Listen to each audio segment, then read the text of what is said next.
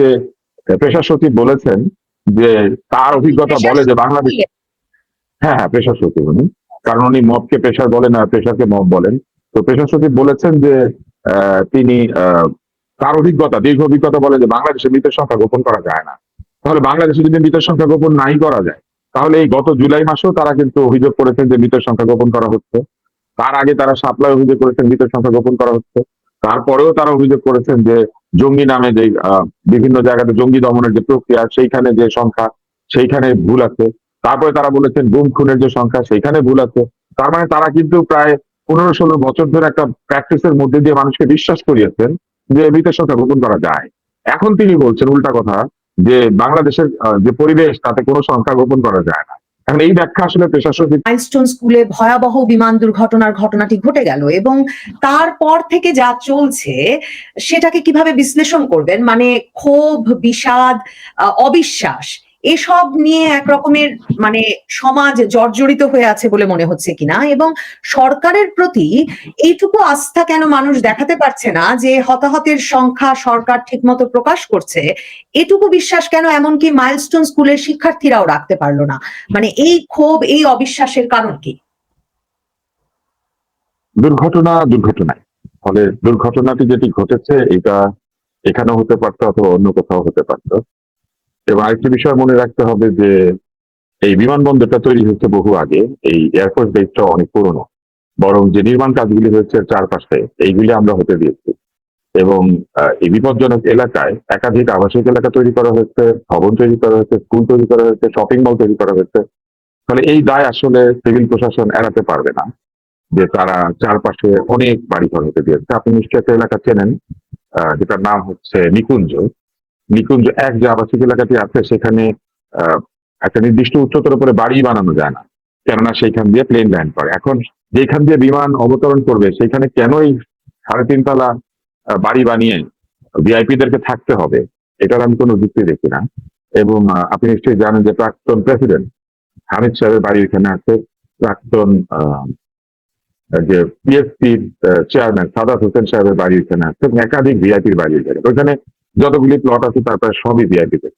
তো তারা নিজেরা কেন এই মৃত্যু পথে নিজেদের বাড়ি ঘর বানিয়েছেন, এগুলো আসলে কোনো উত্তর নাই। বাংলাদেশে এগুলো হয়েই চলেছে এবং ভবিষ্যতে হবে বলেই আমরা মনে করছি। এটা বন্ধ হওয়ার কোনো নমুনা দেখা যাচ্ছে না। এখন মানুষ কেন এত সন্দেহ প্রকাশ করছে, এত ক্ষোভ প্রকাশ করছে? প্রথমত আমাদের এখানে এই দুর্ঘটনাগুলির কোনো তদন্ত হয় না এবং এই দুর্ঘটনাগুলির কারণ আমরা জানতে পারি না। এবং দুর্ঘটনা পরবর্তী যে ব্যবস্থা নেওয়া যাতে ভবিষ্যতে এরকম দুর্ঘটনা না হয়, এই ব্যবস্থা কি নেওয়া হয়েছিল বা কি নেওয়া হচ্ছে বা হবে, এই বিষয়ে পরিষ্কার কোনো বক্তব্য কারো থাকে না। যার জন্য দিনে দিনে দিনে দিনে মানুষের এক ধরনের অবিশ্বাস তৈরি হয়েছে যে এইগুলি আসলে হয় এবং এগুলি হলে কারো কিছু আসা যায় না। এবং এইখানে যেহেতু সন্তান একদম মানে শিশু সন্তান নিহত হয়েছেন, শিক্ষক নিহত হয়েছেন, ফলে ক্ষোভের পরিমাণ এবং আবেগের পরিমাণ অনেক বেশি, যেটা স্বাভাবিক, যেটা অস্বাভাবিক বলা যাবে না। মাইলস্টোন কলেজের ছেলেমেয়েরাই মানতে চাইছে না যে মৃতের সংখ্যা সঠিক বলা হচ্ছে।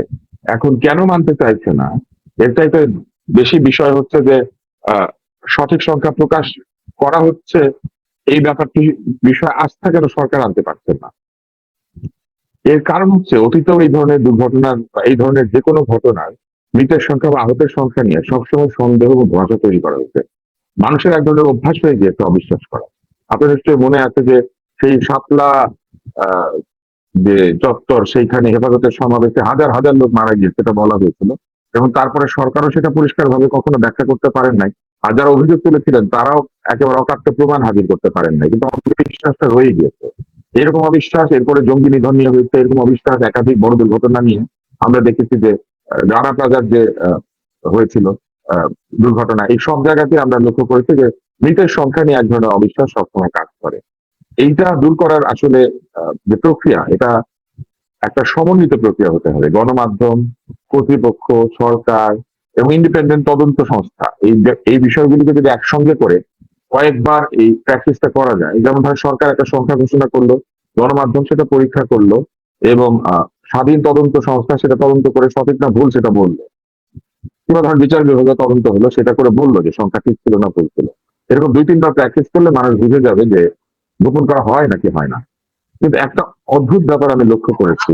এই কথা বলার পর আসলে আপনি যখন শাপলার কথা বলছেন, শাপলার ঘটনায় আপনার মনে থাকবে যে এখন যিনি উপদেষ্টা আদিলুর রহমান শুভ্র, তার এনজিও অধিকার থেকে একটা বড় তালিকা প্রকাশ করে ফেলা হলো যে নিহত হয়েছেন। এরপর মানে এরা নিহত হয়েছেন শাপলা তাদের ভাষায় হত্যাকাণ্ডে, এবং এখন তো ডক্টর ইউনূস সহ ব্যক্তিরা শাপলা হত্যাকাণ্ডের বিচারই চাইছেন এবং জাতিসংঘকেও ইনভলভ করতে চাইছেন। কিন্তু এরপর তখন সংবাদ মাধ্যম যখন তদন্ত করলো, তারা দেখলো যে মাদ্রাসায় গিয়ে এই শিশুদেরকে নিখোঁজ পাওয়া যাচ্ছে না। আজকে প্রেস সচিব শফিকুল আলম দেখছিলাম একটা স্ট্যাটাস দিয়েছেন, সেখানে তিনি বলছেন তার 2002 সাল থেকে আমি সেখানে আসছিলাম, রিপোর্টিং এর সেখানে অভিজ্ঞতা, তাতে তিনি মনে করেন যে বাংলাদেশে আসলে কাউকে উধাও করে না, দেওয়া আমি যায়। সেখানে আসছিলাম, আপনি প্রশ্নটা না করলে আমি আসতাম। শাপলার যে বিষয়টি ঘটেছে, তখন যে তদন্ত হয়েছে এবং তখন যে গণমাধ্যম, সেই গণমাধ্যমের উপরে মানুষের বিশ্বাস ছিল না। কারণ আপনি যদি অগণতান্ত্রিক ভাবে কোনো সরকার আচরণ করতে থাকে, তখন সে যদি অনেক গণতান্ত্রিক প্রতিষ্ঠানকে সঠিক তদন্ত করে, মানুষ এটা বিশ্বাস করবে না। ফলে এই শাপলার তদন্ত তখনই যদি একটা ইন্ডিপেন্ডেন্ট তদন্ত কমিশন দিয়ে করানো হয়ে যেত, তাহলে আজকে এই সংখ্যাগুলি নিয়ে কোনো ঝামেলা তৈরি হতো না। কিন্তু এই ঝামেলাগুলি জিয়ে রাখা হয়েছে, এবং সেই জিয়ে থাকার প্রক্রিয়ার মধ্যে এখন যারা সরকারে আছেন তারাও যুক্ত ছিলেন। আমি এখানে আসছিলাম, আপনি প্রশ্ন না করলে আসতাম। তো আজকে আমি দেখলাম যে পেশা সচিব বলেছেন যে তার অভিজ্ঞতা বলে যে বাংলাদেশ, হ্যাঁ হ্যাঁ পেশা সচিব উনি, কারণ উনি মবকে পেশার বলেন আর পেশাকে মব বলেন। তো পেশা সচিব বলেছেন যে তিনি তার অভিজ্ঞতা, দীর্ঘ অভিজ্ঞতা বলে যে বাংলাদেশে মৃতের সংখ্যা গোপন করা যায় না। তাহলে বাংলাদেশে যদি মৃতের সংখ্যা গোপন নাই করা যায়, তাহলে এই গত জুলাই মাসেও তারা কিন্তু অভিযোগ করেছেন যে মৃতের সংখ্যা গোপন করা হচ্ছে। তার আগে তারা শাপলায় অভিযোগ করেছেন মৃতের সংখ্যা গোপন করা হচ্ছে। তারপরেও তারা অভিযোগ করেছেন যে জঙ্গি নামে যে বিভিন্ন জায়গাতে জঙ্গি দমনের যে প্রক্রিয়া, সেইখানে যে সংখ্যা, সেইখানে ভুল আছে। তারপরে তারা বলেছেন গুম খুনের যে সংখ্যা, সেইখানে ভুল আছে। তার মানে তারা কিন্তু প্রায় 15-16 বছর ধরে একটা প্র্যাকটিসের মধ্যে দিয়ে মানুষকে বিশ্বাস করিয়েছেন যে মৃতের সংখ্যা গোপন করা যায়। এখন তিনি বলছেন উল্টা কথা, যে বাংলাদেশের যে পরিবেশ, তাতে কোনো সংখ্যা গোপন করা যায় না। এখন এই ব্যাখ্যা আসলে পেশা সচিবকে দিতে হবে। পেশা সচিব তো প্রায় বিভিন্ন ধরনের কথা বলেন, এবং এইসব কথা তিনি এমন ভাবে বলেন যে তার সরকার পর্যন্ত আমার ধরেন যে বিব্রত হয়ে ওঠে। এখন তিনি আরেকটা বোমা ছেড়ে দিয়েছেন আর কি, যে বাংলাদেশের মৃতের সংখ্যা গোপন করা যায় না। তো তাই যদি না যায়, তাহলে তো দারুণ ব্যাপারটা, যে অতীতেও কখনো গোপন হয় নাই, এখনো হচ্ছে না, কোনোদিনই গোপন হয় নাই। তুষার ভাই, আপনি বললেন যে মানে গণমাধ্যমের ওপর তখন আস্থা ছিল না মানুষের, সেই কারণেও এ কথা বিশ্বাস করানো গেছে। তো এখন তো এই সরকার, আপনি তো জানেনই যে সবগুলো মিডিয়া, টেলিভিশন, সংবাদপত্রের একেবারে সম্পাদক পর্যায় থেকে রিপোর্টার পর্যায় পর্যন্ত খোল নলচে একরকম পাল্টে নিয়েছে। মানে বৈষম্য বিরোধী ছাত্র আন্দোলন, জুলাই রেভলিউশন অ্যালায়েন্স, নানা রকম নামে। তো তারপর যে সংবাদ মাধ্যম তারা গড়ে তুলেছে, সেই সংবাদ মাধ্যমের সাংবাদিকরা কিন্তু গত কয়েকদিন ধরে অভিযোগ করছেন, মানে এই দুর্ঘটনার পর থেকে, যে সেনাবাহিনী গায়ে হাত তুলেছে।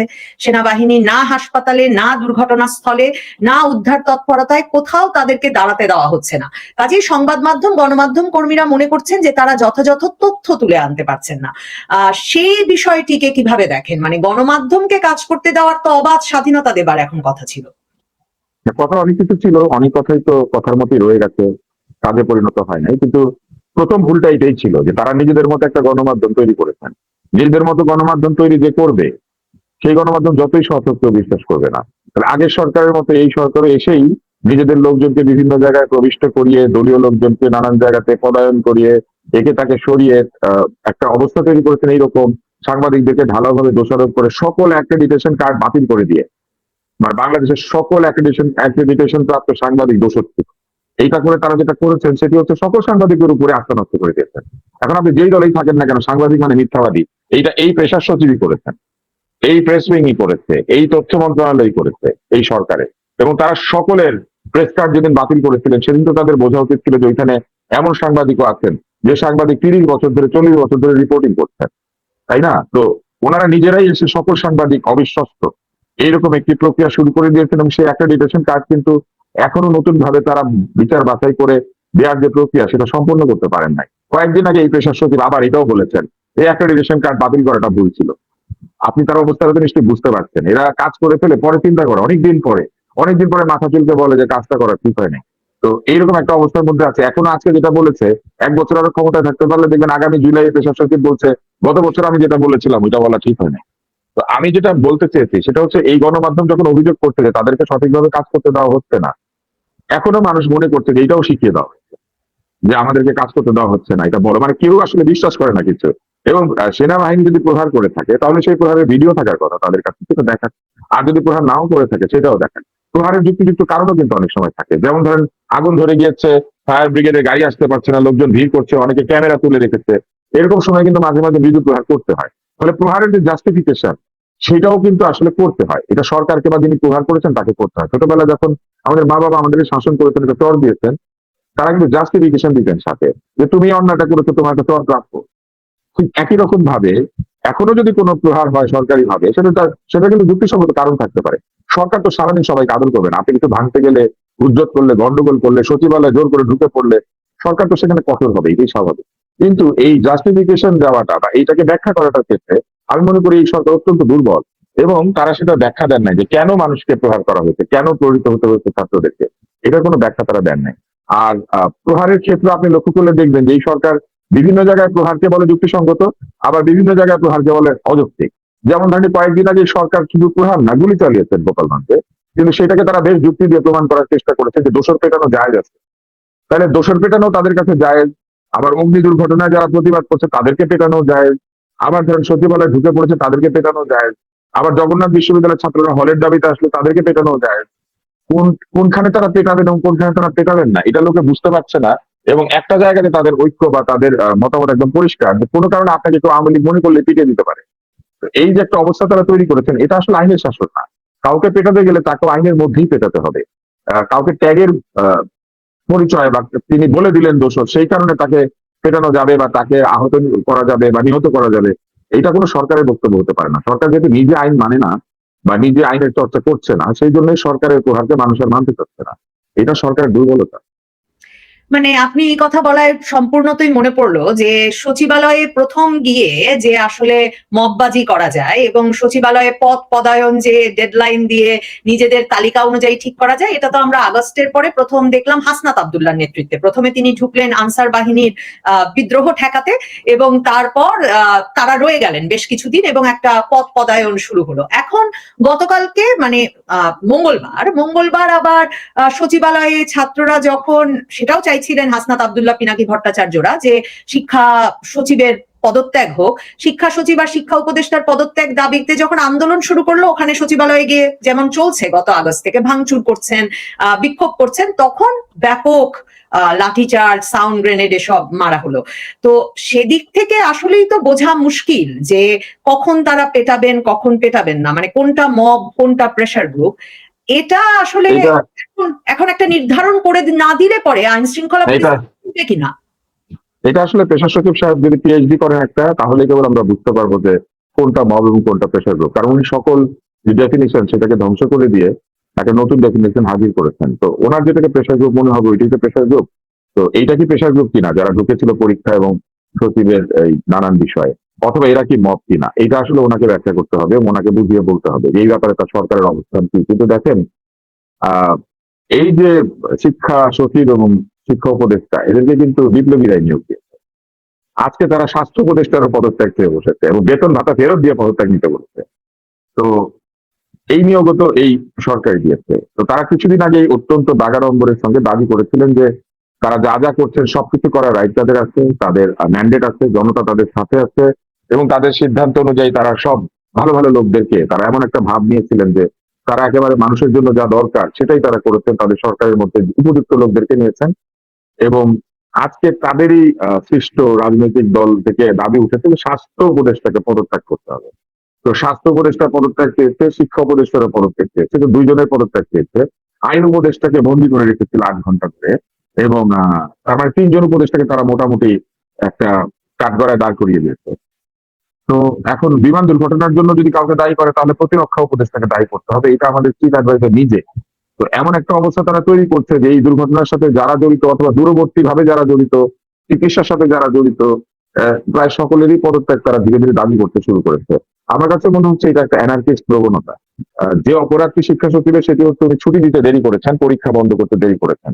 এই অপরাধের জন্য কাউকে পদত্যাগ করিয়ে দেওয়া যায় বলে আমার মনে হয় না। এটা একটা ভুল, এটাকে অপরাধও বলা ঠিক না, এটা একটা ভুল সিদ্ধান্ত। এর জন্য পদত্যাগ করতে হবে এবং শিক্ষা উপদেষ্টাকে সরে যেতে হবে, এইটা আমার কাছে খুব যৌক্তিক দাবি মনে হয় না। এটার জন্য ক্ষমা চাওয়া যেতে পারে, এটার জন্য দুঃখ প্রকাশ করা যেতে পারে, এটার জন্য তাদেরকে তিরস্কারও করা যেতে পারে, কিন্তু এটার জন্য পদত্যাগ করে চলে যেতে হবে এমন অবস্থা হয় নাই। আর সবার আগে তো পদত্যাগ করলে করা উচিত স্বরাষ্ট্র উপদেষ্টার, কারণ তিনি একাধিকবার একাধিক জায়গাতে ব্যর্থতার পরিচয় দিচ্ছেন। এখনো যে অবস্থাটা, এই যে এনার্কি, এই যে যখন তখন যে কেউ যেখানে ঢুকে পড়তে, আহ, সচিবালয়ের মতো গুরুত্বপূর্ণ জায়গায় ঢুকে পড়েছে, এইগুলোকে নিয়ন্ত্রণ করতে ব্যর্থ হচ্ছেন। তিনি তো আসলে দেশের আইন শৃঙ্খলা পরিস্থিতির উন্নতি তো দূরের কথা, উনি যে অবস্থায় ছিল সে অবস্থাতেও রাখতে পারছেন না। তো পদত্যাগটা প্রথমে তারই করা উচিত আসলে, কিন্তু সেটা আবার কেউ দাবি করছে না। আর ধরেন এই দাবিগুলো এমন জায়গা থেকে আসে যারা ঢাকা শহরে নাই, ভিডিও দেখে সিদ্ধান্ত নেন। তারা ওইখান থেকে ভিডিও দেখেন, লোকজনের সাথে ফোনে কথা বলেন, দূর জায়গা থেকে দেখে তারা এইখানে কি ঘটবে সেই সিদ্ধান্ত দিতে থাকেন। তাহলে আপনি একটা জিনিস চিন্তা করেন, এরকম যদি বাইরে থেকেই করা যায়, তাহলে আমরা আমাদের গোটা উপদেষ্টা মন্ডলী এবং সকলকে চলেন ফ্রান্সে কিংবা ইউকেতে কিংবা নিউ ইয়র্কে পাঠিয়ে দেয়, ওইখান থেকে তারা দেশ চালাতে পারে। কারণ ওইখান থেকে আদেশ নির্দেশ আসলে যদি দেশের এইরকম মানে বড় বড় সিদ্ধান্ত চলে আসে যে কাকে পদত্যাগ করাতে হবে, কোন জায়গা ভাঙতে হবে, তাহলে তো ধরেন ইনারাও চলে যেতে পারে এখানে। ওইখান থেকে চালাক না, সব তো ইন্টারনেটে নাকি হয়। মানে আমার কাছে মনে হচ্ছে এটা একেবারে একটা শাসনহীন অবস্থা, এবং যা কিছু করা হচ্ছে সেখানে প্রচুর বৈপরীত্য আছে। যেমন দেখবেন যে একটা সভা হয়েছে, সেই সভায় বহিরাগত রাজনীতিবিদরা সবাই গলায় কার্ড ঝুলিয়েছে, শুধু এনসিপির যারা তারা গলায় কার্ড ঝুলান নাই। তার মানে কি? তার মানে কি তারা সরকার পক্ষ? তার মানে কি তারা আলোচনায় ওই যাদেরকে ডেকেছেন অতিথি তাদের সঙ্গে আলোচনায় গিয়েছেন, না তারাও নিজের অতিথি হিসেবে গিয়েছেন? এরকম অসংখ্য ছোট ছোট জিনিস আছে, একটার পর একটা বলা যাবে। যেমন আমরা একটা ভিডিও দেখেছি যেখানে একজন নেতা গোছের কেউ মাইক্রোবাসের মধ্যে উনি বলছেন যে গুলি চালাচ্ছে না কেন, যে গত জুলাই মাসে যেখানে তাদের উপরে গুলি চলেছে সে একই রকম ব্যবস্থা নিতে তারা আবার বলছেন। অর্থাৎ তারা নিজেদের উপর গুলি চললে সেটা অন্যায়, অন্যের উপর গুলি চালানোর নির্দেশ দেওয়ার জন্য তারা ওইখানে বসে বসে কথা বলছেন। আমার কাছে মনে হয় যে পুরো ব্যাপারটাই এরকম দাঁড়িয়েছে যে আমাদের সামনে একটি প্রবল ডাইকোটমাস নেচারের এক দল মানুষ আমরা দেখতে পাচ্ছি, যারা মুখে যা বলেন তা বিশ্বাস করেন না, এবং যা বিশ্বাস করেন সেটা মুখে বলেন না। তাদের আচরণ এবং তাদের কাজের মধ্যে চূড়ান্ত বৈপরীত্য, এবং এই জিনিসগুলি সাধারণ মানুষকে সবসময় আতঙ্কিত করে, বিব্রত করে এবং কনফিউজ করে দেয়, তাদেরকে দ্বিধান্বিত করে। কেননা তারা বুঝতে পারেন না যে তাদের শাসক আসলে তাদেরকে কিভাবে শাসন করছেন, তাদের শাসকের মনের মধ্যে আসলে কি আছে, এবং তাদের শাসক আসলে কি চাইছেন। এই কোনো কিছু তাদের পক্ষে বোঝা সম্ভব হয় না। কেননা আপনার মনে আছে এই একইভাবে সচিবালয়ের মধ্যে কয়েকশো লোক ঢুকে পড়েছিল, ঢুকে অটো পাস নিয়ে নিয়েছিল, ঢুকে বলেছে আমরা পরীক্ষা দিব না, নাচতে নাচতে তারা পরীক্ষা না দিয়ে বেরিয়ে গেছে। সেদিন তারা যদি এটা করে সফল হতে পারে মাত্র 300 লোক নিয়ে, তাহলে 3000 লোক নিয়ে তারা তো চিন্তা করতেই পারে, ঢুকে পড়লে তারা সচিবালয় সচিব হয়ে বসে করতে পারবে। এই অবস্থাটা কিন্তু তারা হতে দিয়েছেন। এই তুষার ভাই আসলে তো ফেসবুকে থাকলে, এই যে বিদেশের যাদের কথা বলছেন তাদের ফেসবুকের দিকে লক্ষ্য রাখলে তো আসলে বোঝা যায় যে সরকার কোন সিদ্ধান্ত নেবে কখন আর কাকে কোথায় পেটাবে। ধরুন আমি কিন্তু, আপনি যদি লক্ষ্য করে থাকেন, মানে হাসছি, আসলে দুঃখে হাসছি হয়তো, যে ধরেন সোমবার দিবাগত রাতে, মঙ্গলবার ভোর রাতে যখন 3টার দিকে জানা গেল মঙ্গলবার এইচএসসি পরীক্ষাটা হবে না, তখন যেসব স্ট্যাটাস হাসনাত আব্দুল্লাহ, পিনাকি ভট্টাচার্যরা শেয়ার করছিলেন সেটা থেকে কিন্তু পরিষ্কার বোঝা যাচ্ছিল যে শিক্ষা উপদেষ্টা তাদের কথা শোনেন নাই, তাদের 2 ঘন্টার ডেডলাইন দেন নাই, কাজে শিক্ষা উপদেষ্টার কপালে খারাপ আছে। আর সবচেয়ে খারাপ আছে, মানে একদম গালাগালি করে, বিশ্রী ভাষায় গালাগালি করে লেখা হচ্ছিল সিনিয়র সচিব, এই যে শিক্ষা সচিব সম্পর্কে, তারাই যাকে নিয়োগ দিয়েছেন অক্টোবরে। কাজেই কাল মানে মঙ্গলবার যে তাদের এই সচিবালয় ঘেরাও হবে সেটা, এবং শিক্ষা সচিবের চাকরি থাকবে না সেটা যেমন বোঝা যাচ্ছিল, এবং মাহফুজ আলম এসে ঘোষণা দিলেন, তিনি আবার তথ্য উপদেষ্টা, তিনি ঘোষণা দিলেন শিক্ষা সচিবের চাকরি চলে গেছে। কাজেই নিয়ন্ত্রণটা কোথায় সেটা তো একরকম বোঝা যাচ্ছে। আবার আপনি যাকে প্রেসার সচিব বলছেন, তিনি যখন মাইলস্টোনে আটকা পড়লেন তখন কিন্তু পুলিশ লাঠিচার্জ করে তাদেরকে প্রগড়ায় নিয়ে, মানে বের করে যখন আনলো, তখন মাইলস্টোনের শিক্ষার্থীরা আবার আহত হয়ে হাসপাতালে যেতে হলো। মানে আসলে কারা নিয়ন্ত্রণ করছেন এটা কি পরিষ্কার বোঝা যাচ্ছে? মানে আমি আপনাকে বলি, এই শিক্ষা সচিব এবং এই শিক্ষা উপদেষ্টার উপরে তাদের রাগের কারণ হচ্ছে গাজী সালাউদ্দিন তানভীর, যার বিরুদ্ধে তদন্ত হচ্ছে, চুরি করেছিল বলে অভিযোগ হয়েছে, যে পাঠ্যপুস্তক নিয়ে চুরি হয়েছে, এবং সেই পাঠ্যপুস্তকের চুরি ধরা পড়েছে, তো বা ধরা না পড়লে অভিযোগ উত্থাপিত হয়েছে। এবং এই গাজী সালাউদ্দিন তানভীর এবং এই যে অর্থ উপার্জনের যে বাধা সৃষ্টি করেছেন এই শিক্ষা উপদেষ্টা, নতুন শিক্ষা উপদেষ্টা এসে, সেই ক্ষোভ তো রয়ে গিয়েছে অনেকের মনে হচ্ছে। আমি এই কথাগুলো আসলে খুব পরিষ্কার ভাবে বলতে চাই, চৌর্যবৃত্তিতে বাধা দিলেই যিনি বাধা দিচ্ছেন তিনি খারাপ হয়ে যাচ্ছেন, এবং এইটা হচ্ছে তার একটা নমুনা। এখন স্বাস্থ্য উপদেষ্টা কেন বলেন তো? স্বাস্থ্য উপদেষ্টা এখানে 3টা চোর নিয়োগ দেওয়া হয়েছিল, তার মধ্যে 2টা চোর কোন সরিয়ে দিয়েছেন, ফলে স্বাস্থ্য উপদেষ্টা আসলে ভালো না। আমি কিন্তু স্বাস্থ্য উপদেষ্টাকে প্রথম দিন থেকে সমালোচনা করি, কারণ তিনি এই কাজের জন্য উপযুক্ত না। এবং এই সমালোচনা আমি করেছি যে উনি নিজে বেছে 3টা চোর নিয়ে এসেছিলেন, তার মধ্যে 2টা উনি সরাতে বাধ্য হয়েছেন। কিন্তু আপনি কি মনে হয় ওই 2জনকে সরিয়ে দিয়েছে, অতএব এখন তাকেও সরতে হবে? আপনি যদি চোর সরান তাহলে কিন্তু আপনি বিপদে পড়বেন। আপনি চোরদের সাথে সহাবস্থান করতে পারলে আপনি ভালো, আপনি ঠোঙ্গায় করে টাকা নিতে পারলে আপনি ভালো, এবং ঠোঙ্গায় করে টাকাকে যদি আপনি ডোনেশন বলেন, ঠোঙ্গায় করে টাকা না হতে আপনি যদি ক্রাউড ফান্ডিং বলেন, যেমন আপনি যদি মবকে প্রেশার গ্রুপ বলেন তাহলে কিন্তু আপনি ভালো। মানে আপনি বলছেন গাজী সালাউদ্দিন তানভীর তো এনসিপি যাকে কারণ দর্শানো নোটিশ দিয়ে দিতে বাধ্য হলো, যদিও সেই কারণ না দর্শানো দিয়েছিল, কি কারণ দেখিয়েছে আপনি বলেন তো? আমরা এতদিন জানি পর্যন্ত না। তারা যতগুলি কারণ দর্শানোর নোটিশ দিয়েছে, যাদেরকে দিয়েছে তারা কি কারণ দোষ দিয়েছে, কি কারণে তারা এগুলা করেছে বা করে নাই? তারা যদি আত্মপক্ষ সমর্থন করে, বলে যে আমরা করি নাই, সেটাও তো তারা বলবে যুক্তি দিয়ে। আপনি কি উত্তরগুলি কোথাও পেয়েছেন? আর এটাও সত্যি কথা যে আপনি এই যে আপনি বলছেন যে কে সরে গিয়েছে, এটা যার বলার কথা সেটা না বলে আরেকজন এসে বলছেন। এবং একটা পাওয়ার ভ্যাকিউম আমি বলবো না, আমি বলবো যে একটা মাল্টিপল সেন্টার অফ গ্র্যাভিটি তৈরি হয়েছে এই পাওয়ারের মধ্যে, যেখানে একাধিক জায়গাতে একাধিক লোক এমন আচরণ করছেন যে বড়রা বিব্রত হচ্ছে। হ্যাঁ, এবং এই বিব্রত হওয়াটাকে তারা প্রকাশও করতে পারছেন না, কারণ একসময় তারা এইগুলাকে বলেছেন যে এইগুলা সেলিব্রেশন, এইগুলা হচ্ছে ক্ষোভের বহিঃপ্রকাশ, এগুলো হচ্ছে দীর্ঘদিনের যে বঞ্চনা, যে অত্যাচার নির্যাতন, এগুলো হচ্ছে তার একটি প্রতিক্রিয়া। কিন্তু যখন তারা নিজেরা আটকে গেলেন 8 ঘন্টা 9 ঘন্টার জন্য, তখন তাদের মনে হলো না যে এটা ক্ষোভের বহিঃপ্রকাশ, তখন তাদের মনে হলো না যে এইটাও সেই বঞ্চনা, সেই সেই সবকিছুর কীর্তি। আপনি দেখবেন যখন সমালোচনাটা শুরু হয়েছে, সমালোচনায় বারবার বলা হচ্ছে পুরান প্লেনকে কিনে রেখে দিয়েছে। ভালো কথা, পুরানো প্লেন নাকি কেনা হয়েছিল। আমি এইটা নিয়ে কোনো ডিফেন্ড করতে চাচ্ছি না, কিন্তু আপনি লক্ষ্য করলে দেখবেন যে বাংলাদেশে এখন যা কিছু ঘটে সবকিছুর দায়িত্ব হচ্ছে আগের সরকারের। এখন ওনারা যখন চলে যাবেন, এখন যা কিছু ঘটছে সবকিছুর দায়িত্ব কিন্তু হবে তাদের, এবং তারা এই প্রক্রিয়াটাকে অব্যাহত রেখেছেন। মানে তথ্য বোমা ফাটিয়েছেন কিছুক্ষণ আগে, মানে সেটা সম্পর্কে একটু কথা বলি। এই যে আপনি বলছেন শিক্ষা উপদেষ্টা শিক্ষা সচিবকে সরে যেতে হবে কারণ গাজী সালাউদ্দিন আহমেদ তানভীরের দুর্নীতির তথ্য ফাঁস হয়েছে, মানে এই হচ্ছে সেই ব্যক্তি এনসিপির যার বিরুদ্ধে কারণ দর্শানো নোটিশ দেওয়া হলো যে পাঠ্যপুস্তক ছাপানোর কাজে কাগজের কমিশনে তিনি 300 না 400 কোটি টাকা বানিয়েছেন। ইনকিলাব সেই রিপোর্ট করার পর তো তার কথা আমরা সকলে জানলাম। তো আমার প্রশ্ন, অধ্যাপক সিআর আবরার এসে তাকে বাধাগ্রস্ত করছেন, কিন্তু এর আগের শিক্ষা উপদেষ্টা না, প্রথমে ওয়াহিদুদ্দিন স্যার পদত্যাগ করে চলে গিয়েছিলেন। তার মানে ওয়াহিদুদ্দিন মাহমুদ প্রথম বাধা সৃষ্টি করেছিলেন বলে তাকে সরতে হলো। না, উনি বুঝেনি নাই। আপনি যদি আমার কাছ থেকে শোনেন, আমার যেটা অ্যাসেসমেন্ট, এটা কোনো তথ্য না, আমি কিন্তু এটাও তথ্য হিসেবে বলি না, এটা আমার অ্যাসেসমেন্ট, আমার ধারণা। সেটা হচ্ছে ওয়াহিদুদ্দিন স্যার বিব্রত হয়ে ছেড়ে দিয়েছেন, কারণ উনি নিয়ন্ত্রণ করতে পারছিলেন না এটাকে। এবং তারপরে যখন আবরার স্যার আসলেন, আবরার স্যার এসে ব্যবস্থা নিয়েছেন বলেই তাদেরকে সরে যেতে হয়েছে। তিনি কারো যাতে কেউ বিব্রত না হয় সেরকম একটা ব্যবস্থা নিয়েছেন। কারণ এই লোকটা আসলে অফিসিয়ালি এখানে কিছু করতো না, আনঅফিসিয়ালি ঢুকে এরা এগুলা করেছে। ওরা কিন্তু কোনো পদে ছিল না, ওরা এখানে ঢুকে পড়েছে টেক্সট বোর্ডের মধ্যে, ঢুকে বিভিন্ন চেয়ারে বসতো, চেয়ারম্যানের চেয়ারের মধ্যে বসে পড়তো, বিভিন্ন জনকে নির্দেশনা দিত, তাদের কথায় সবকিছু চলবে। উনি একা ছিল না, ওখানে আরো কয়েকজন ছিল। দোষ বেশি হয়েছে সালাউদ্দিনের, কিন্তু সাথে আরো লোকজন ছিল, তারা ঢুকে পড়েছিল। তো এরা ঢুকে এইগুলা করেছে। এটা করার পরে যখন তাদেরকে বেরিয়ে যেতে হয়েছে, মুখ বাঁচানোর জন্য একটা কারণ দর্শানোর নোটিশ দেওয়া হয়েছে। কিন্তু কয় মাস চলে গেছে, এই কারণ দর্শানোর নোটিশের উত্তর কি হয়েছে এবং তার বিরুদ্ধে কি কোনো ব্যবস্থা নেওয়া হয়েছে না, সে কি বহিষ্কৃত হয়েছে, সাময়িক বহিষ্কৃত হয়েছে, অথবা তার কোনো দোষ নাই, এটা কিন্তু তারা বলে নাই। আপনি দেখবেন এই জায়গাতে বিএনপি অনেক ভালো, বিএনপি কিন্তু বহিষ্কার করে দিচ্ছে। তারপর বলছে এবার বিচার।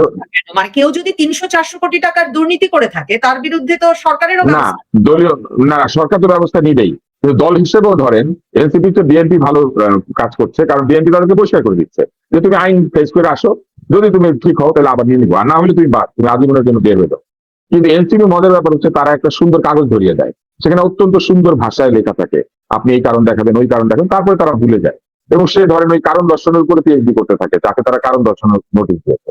আপনি আরো লক্ষ্য করলে দেখবেন আরেক ইতিহাস না কে যেন তার বউকে চাকরি দিয়েছিল, অস্বীকার করেছিল যে তার বউ নগদে চাকরি পেতেই পারে, এখানে কোনো তদবিরের ব্যাপার নাই। তারপরে যখন সমালোচনা এবং সত্যি কথার চাপে যখন এই বিষয়টি মেনে নিতে বাধ্য হচ্ছেন, আরেকজন ভদ্রলোক বলেন আমি তাকে আচ্ছা করে বকে দিয়েছি। তো ওনারা নিজেদের লোককে আচ্ছা করে বকে দেন, আর যাকে পছন্দ হয় না তাকে ট্যাগ করেন, তাকে বলেন দোষর, তাকে বলেন এনেবলার, তাকে বলেন ফ্যাসিস্ট। নিজের বিপরীতে গেলে সব হচ্ছে দোষর আর এনেবলার আর ফ্যাসিস্ট, আর তাদের পক্ষের লোক একটু অপরাধ করলে বলে আমি আচ্ছা করে বকে দিয়েছি। এই স্বাস্থ্য উপদেষ্টার প্রসঙ্গে যদি ফিরি, এক হচ্ছে মানে তার তো প্রধানতম যোগ্যতা, মানে হাসনাত আব্দুল্লাহ তো বলেছেনই এখন এত মাস পরে যে ডক্টর ইউনূসের ভাই ব্রাদার কোটায় স্বাস্থ্য উপদেষ্টা চাকরি পেয়েছেন এবং তার রোজগার সেই জন্য হারাম হবে। ধরুন এপ্রিল মাসের শেষে যখন তার এপিএস দের এসব কর্মকাণ্ড প্রকাশিত হলো, তখন আমি মানে আমার নবনীতা চৌধুরীর বয়ানও তৈরি করেছিলাম যে এটা কি হচ্ছে, এবং ডক্টর ইউনূসের ভাই ব্রাদার হওয়া ছাড়া বা উনার কোটা ছাড়া মেধা না, মানে কোটা না মেধা, তো এটা তো অবশ্যই ডক্টর ইউনূস কোটা। কিন্তু এই যে হাসনাত আব্দুল্লাহ মুখ খুললেন এখন স্বাস্থ্য উপদেষ্টার বিরুদ্ধে, আপনি বলছেন দুজনের চাকরি গেছে, ওনার এখনো আরেকজন আছে, সেই বিষয়টা একটু শুনতে চাই। আর মানে ওই তিনজনকে চাকরি দিয়েছিলেন, আমরা তো তিন নাম্বারটা হয়তো সহকারী, যে এপিএস রা দুর্নীতি করছেন মানে মন্ত্রীরা দুর্নীতি করছেন। হ্যাঁ, মানে তো এখন কি এপিএস দুর্নীতি করছেন কিন্তু ডাক্তার নূরজাহান বেগম করছেন না, এপিএস দুর্নীতি করছেন কিন্তু আসিফ মাহমুদ সজীব ভুইয়া দুর্নীতি করছেন না, আর যিনি ভাই ব্রাদার কোটায় চাকরি দিলেন তিনি দুর্নীতি করছেন না? না, প্রথম বিষয়ে আপনি যেটা বলেছেন যে তিনজনকে উনি চাকরি দিয়েছিলেন 10ম গ্রেডে, এটা হচ্ছে ব্যক্তিগত প্রিভিলেজ কোটা। মানে কোনো উপদেষ্টা বা কোনো মন্ত্রী যদি মনে করেন যে তার ব্যক্তিগত সহকারী দরকার আছে তার কাজে কর্মে, তাহলে তিনি 10ম গ্রেডে চাকরি দিতে পারেন। এটা আসলে দ্বিতীয় শ্রেণীর চাকরি, প্রথম শ্রেণীর চাকরি না। হ্যাঁ, তো 10ম গ্রেডে চাকরি দিয়েছেন এবং সেই চাকরিতে, এটা চুক্তিভিত্তিক চাকরি, সেখানে লেখা থাকে যে উপদেষ্টার মেয়াদ অথবা উপদেষ্টার ইচ্ছা, এই দুইটা পর্যন্ত তাদের চাকরির মেয়াদ। অর্থাৎ উপদেষ্টা যদি তাদেরকে বরখাস্ত না করেন তাহলে যতদিন উপদেষ্টা থাকবেন তারা থাকবে, আর এর আগে উপদেষ্টা চাইলে তাকে বরখাস্ত করতে পারে। উনি তিনজনকে এনেছিলেন, দুইজনের বিরুদ্ধে অভিযোগ এসেছে, দুইজনকে সরিয়েছেন, আরেকজন হয়তো ভালো, তার বিরুদ্ধে অভিযোগ নাই, তাকে রেখেছেন। কিন্তু সমস্যা যেটি, সেটি হচ্ছে উনি নিজেই আসলে এই পদের জন্য শুরু থেকে উপযুক্ত ছিলেন না। উনি যখন প্রথম নির্বাচিত হয়েছেন, যেদিন এই উপদেষ্টা পরিষদ ঘোষণা করা হয়েছে, শপথ নেওয়ার আগেই আমি একটা ভিডিও বানিয়েছিলাম এবং সেটা ফেসবুকে দিয়েছিলাম যে এই যে উপদেষ্টা, এইটা হচ্ছে সবচেয়ে ভুল সিদ্ধান্ত। এই ভদ্র মহিলা এই স্বাস্থ্য মন্ত্রণালয় চালাতে পারবে না। কারণ আমি দীর্ঘ সময় ধরে এই স্বাস্থ্য মন্ত্রণালয়, স্বাস্থ্য ব্যবস্থা, স্বাস্থ্যের ভুল ত্রুটি, স্বাস্থ্যের সমস্যা, এইগুলা নিয়ে প্রচুর কাজ করেছি ব্যক্তির উৎসাহে। কারণ আমি যেহেতু চিকিৎসক এবং এই খারাপ স্বাস্থ্য ব্যবস্থার একজন ভিকটিম, চাকরি করতে গিয়ে ভিকটিম হয়েছি, হাসপাতালে গিয়ে ভিকটিম হয়েছি, রোগী হিসেবে ভিকটিম হয়েছি। তাহলে এই স্বাস্থ্য ব্যবস্থা কিভাবে ক্ষতি করে মানুষের, এটা আমি জানি। এবং এটার মধ্যে যে রন্ধ্রে রন্ধ্রে দুর্নীতি, সেটাও জানি। এবং আমি এটা কিন্তু তখনই বলেছিলাম এটা সবচেয়ে ভুল। এবং সেই কথা যে এত বছর পরে এসে হাসনাত আব্দুল্লাহ বলছেন, এতে করে আমার মনে হচ্ছে যে আজকে যেটা বলছি এটা 1 বছর পরে বুঝতে পারবেন ইনশাল্লাহ। তো উনি প্রথম হলো এইটা করেছেন, ব্যক্তিগত ভৃত্য কোটা আমি নাম দিয়েছি। ভৃত্য কোটায় তিনজনকে এনেছিলেন, 2টা চোর বেরিয়েছে। তার মানে ওনার নিজের সিদ্ধান্ত গ্রহণের মধ্যে 66% এরর। উনি মানুষ বাঁচতে গেলে 2টা চোর বাঁচেন, একটা ভালোর বিপরীতে। তারপরে হচ্ছে উনি নিজে এসেছেন কোটায়, এটা আবার আজকে হাসনাত আব্দুল্লাহ স্বীকার করেছেন যে এটা ইউনূস সাহেবের কোটা। তার মানে এই যে উপদেষ্টা পরিষদ, সেটা তারা কোটায় তৈরি করেছেন। আহ প্রধান উপদেষ্টারা যেমন কোটা আছে, নিশ্চয়ই এনসিপি যারা এখন করেন তাদেরও কোটা ছিল। তাহলে এই কোটায় কোটায় তারা এটাকে সাজিয়েছেন, তারা নিজেদের লোকজনকে দিয়ে এটা করেছেন। তারা আসলে সব জায়গাতে উপযুক্ত লোক খোঁজেন নাই, ভাই বেরাদর খুঁজেছেন। এবং ভাই বেরাদর খুঁজে তারা বিভিন্ন জায়গায় তাদেরকে বসিয়ে দিয়েছেন, এবং বসিয়ে দিয়ে আজকে এতদিন পরে এসে তারা সমালোচনা করতে শুরু করেছেন। প্রথম সমালোচনা তো নিজেদেরই করা উচিত যে আপনারা যখন এই সরকারটা তৈরি করলেন তখন আপনারা এদেরকে কি কারণে, কি যোগ্যতায় বেছে নিয়েছিলেন। আজকে 1 বছর পরে এসে তাদের বিরুদ্ধে আপনারা আবার বিষোদ্গার করেন, পদত্যাগ করেন, মানে কি? এটাকে হাকিম হইয়া হুকুম করো, পুলিশ হইয়া ধরো, সর্প হইয়া দংশন করো, ওঝা হইয়া ঝাড়ো, তুমি বাঁচাও তুমি মারো, এটা কি সেরকম ব্যাপার যে ওনাদের ইচ্ছা হয় ওনারা বসান, ওনাদের ইচ্ছা ওনারা সরান? ওনারা বুঝেন না কে উপযুক্ত আর কে অনুপযুক্ত, ওনারা বুঝেন না কোন সিদ্ধান্ত ঠিক আর কোনটা ভুল। এই স্বাস্থ্য উপদেষ্টা প্রথম যখন জয়েন করলেন, করেই তিনি ডিজি পদে পরিবর্তন আনার চেষ্টা করলেন। যাকে ডিজি বানালেন তাকে উনি একদিনের জন্য চেয়ারে বসাতে পারেন নাই, ওনার কথা শুনে নাই কেউ। ওইখানে ডিজি বসিয়ে দিয়েছে বিএনপি এবং জামাত সমর্থিত লোকেরা, তারা গিয়ে তাদের লোকজনকে ওখানে নিয়োগ দিয়ে তাকে দিয়ে সই করিয়ে দিচ্ছে। তারপরে তিনি কি করলেন, তারপরে তিনি রেড ক্রিসেন্ট সহ বিভিন্ন জায়গাতে যেখানে ডাক্তাররা আছেন এবং বিভিন্ন জায়গাতে হাসপাতাল আছে, সেই সব জায়গাতে তিনি নিয়োগ দিলেন এবং বিভিন্ন লোককে ঢুকিয়ে দিলেন। যারা ঢুকলো তারা ডাক্তার হিসেবে যারা গেল ওইখানে সব হচ্ছে এরকম কোটার ভিত্তিতে, যোগ্যতার ভিত্তিতে না। এবং আপনি যদি রেড ক্রিসেন্টে যান, রেড ক্রিসেন্ট যদিও স্বেচ্ছাসেবী সংস্থা, আপনি যদি সেখানে যান তাহলে দেখবেন ওইখানে কিছু ডাক্তার প্রবেশ করেছেন যারা কিনা তাদের বিরুদ্ধে দুর্নীতির অভিযোগ আছে। সেইটার বিরুদ্ধে কথা তুলেছেন আরেকজন ডাক্তার, যিনি রেড ক্রিসেন্টের বোর্ডে আছেন, প্রফেসর ইমরান বিন ইউনূস। উনি অত্যন্ত একজন শ্রদ্ধেয় এবং জ্যেষ্ঠ চিকিৎসক। ওনারা একটা স্বাস্থ্য সংস্কার কমিশন করেছেন। সেই স্বাস্থ্য সংস্কার কমিশনের মধ্যে যাকে চেয়ারম্যান করেছেন, তিনি বার্ডেনে আমি বলবো অসংখ্য দুর্নীতির অভিযোগ আছে। তার নিজের ছেলে এবং ছেলের বউ বার্ডেনে বসে তিনি যখন ওইটা চালান, নিজের ছেলে আর ছেলের বউ বার্ডেনের মধ্যে ব্যবসা করে, টোটাল কনফ্লিক্ট অফ ইন্টারেস্ট। এবং শুধু তাই না, 10 কোটি টাকার উপরে ওষুধ কোম্পানির সঙ্গে বাকি করে কোম্পানি বন্ধ করে দিয়ে বার্ডেনের ফার্মেসি নতুন আরেকটি কোম্পানির নামে লিজ করা হয়েছে, যেটাও কিনা তার ছেলে আর ছেলের বউ। ওইখানে বসে তার ছেলে আর ছেলের বউ গ্লুকোমিটার বিক্রি করে, একটা বই বিক্রি করে বার্ডেনের যারা রোগী তাদের কাছে, এবং সেইখানে একটা ন্যাশনাল ডায়াবেটিক রেজিস্ট্রি বানাচ্ছে। এই কথা বলে 150 টাকা নিয়ে ফেলে, 300 টাকা দিয়ে বই বেচে, যে বইটার ছাপার খরচ বড় জোর 50 টাকা, এবং সেইটাকে 300 টাকা দিয়ে বিক্রি করে 150 টাকা নিয়ে ফেলে। এই যে অসদাচরণ তারা করেন, এই স্বাস্থ্য সংস্কার কমিশনের চেয়ারম্যান বানানো হয়েছে তাকে। এবং শুধু তাই না, এই চেয়ারম্যান সাহেব কমিশনের মধ্যে রিপোর্ট করেছেন এইরকম ফি ভাগাভাগি করা যাবে না, রিপ্রেজেন্টেটিভের সঙ্গে দেখা করা যাবে না, ডাক্তাররা ঔষধ কোম্পানির সঙ্গে কোনো ডিল করতে পারবে না। এই কথাগুলি উনি যখন স্বাস্থ্য স্বাস্থ্য কমিশনের রিপোর্টের মধ্যে লিখছেন, তখনই তার স্বাক্ষরিত চিঠি দিয়ে তিনি চাঁদা দাবি করেছেন তার যে সোসাইটি আছে সেই সোসাইটি কনফারেন্সের জন্য ওষুধ কোম্পানির। একদিকে তিনি সংস্কার কমিশনের রিপোর্ট বানাচ্ছেন যে এই সব ওষুধ কোম্পানির কাছে টাকা পয়সা নেওয়া যাবে না, ওষুধ কোম্পানির কোনো স্পন্সর নেওয়া যাবে না, এই যে ছোট ছোট রিপ্রেজেন্টেটিভ কলম পেন্সিল দেয় এগুলো দেওয়া যাবে না ডাক্তারদেরকে।